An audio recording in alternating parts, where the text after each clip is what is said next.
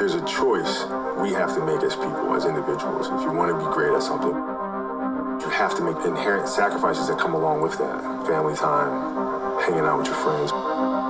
So at the age of 18, I knew that I was not going to be stopped. This was my life. We all can be masters at our craft, but you have to make sacrifices that come along with making that decision. Follow your passion first. First. When I retired from the game, I sat there asking kind of all the wrong questions.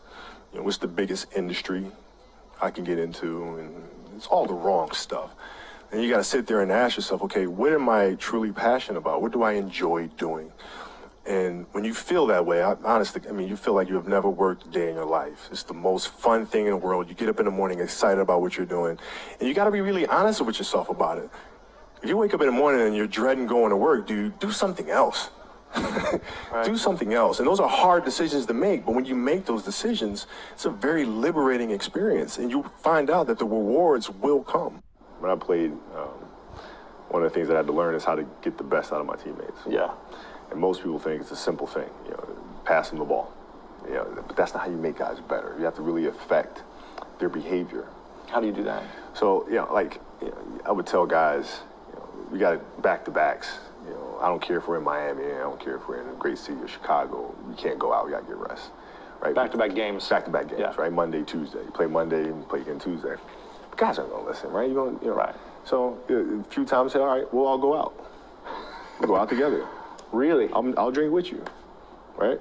But the next morning, I'm banging on your door at 5 in the morning. Let's go. They're not getting Where are we going? I hung out with you. Now you come hang out with me. Wow. This is what we do. All right, let's go. And we're at the gym. We're working out, right? We hit the bus. We go to practice. We play that night. And they're dead. And they're dead. And they're like, oh, lesson learned. Really? Lesson learned. So take them out once. Listen, if you're going to do that. But don't let that compromise what we're here to do. Right. This is why we're here. This is why you're here in the first place. Yeah. Right? And if we're going to win a championship, we have to have that championship mentality and work ethic. That's it. So you got to show them, no, Kobe can do that and still has the energy to get up and do this. So either I got to meet that same energy or I got to keep my butt in my room. Go to bed early, yeah. Or to go play someplace else to try to chase a championship. That's not me, man. That's not what my career has been about. We all can be masters at our craft, but you have to make sacrifices that come along with making that decision. You start with, what do you want your game to be? What would make your game most unstoppable? My philosophy was a very simple one. And this is where I think film plays a big part of my life. Rudy was one of my favorite films growing up. After watching that film, I come to understand if I could work that hard every day,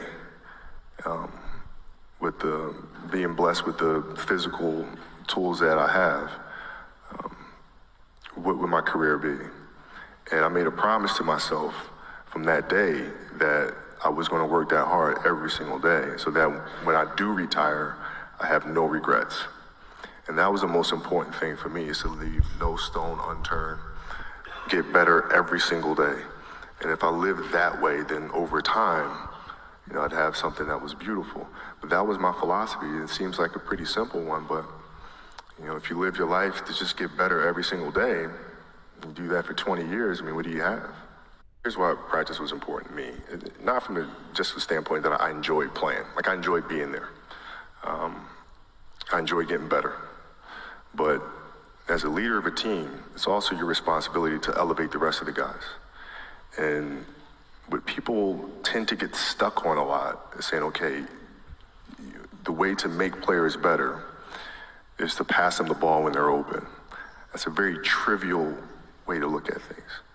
What you have to do is you have to get them emotionally to want to be better. You have to get them to an emotional space where they wake up every morning driven to be the best version of themselves, right? And how do you do that?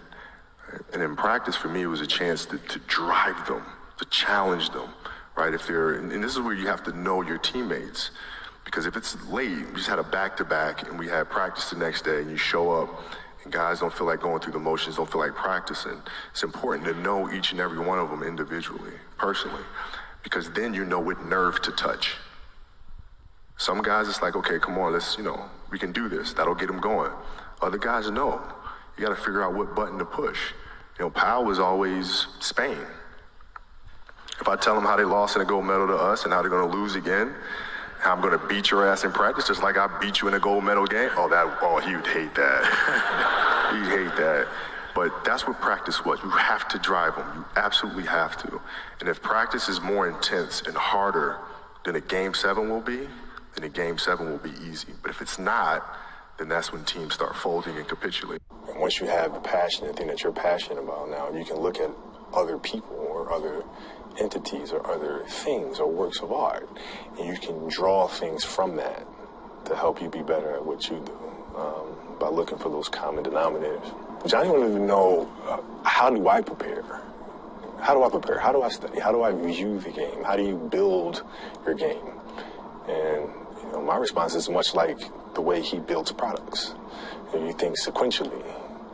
You look at this, the end result of what you want to create, but in order to create that, there's so many other little things that go into this massive entity or device. It's no different than building my basketball game. You start with, what do you want your game to be? What would make your game most unstoppable or hard to deal with? And now you work backwards from there. And you start building it one piece at a time, one move at a time, one counter at a time.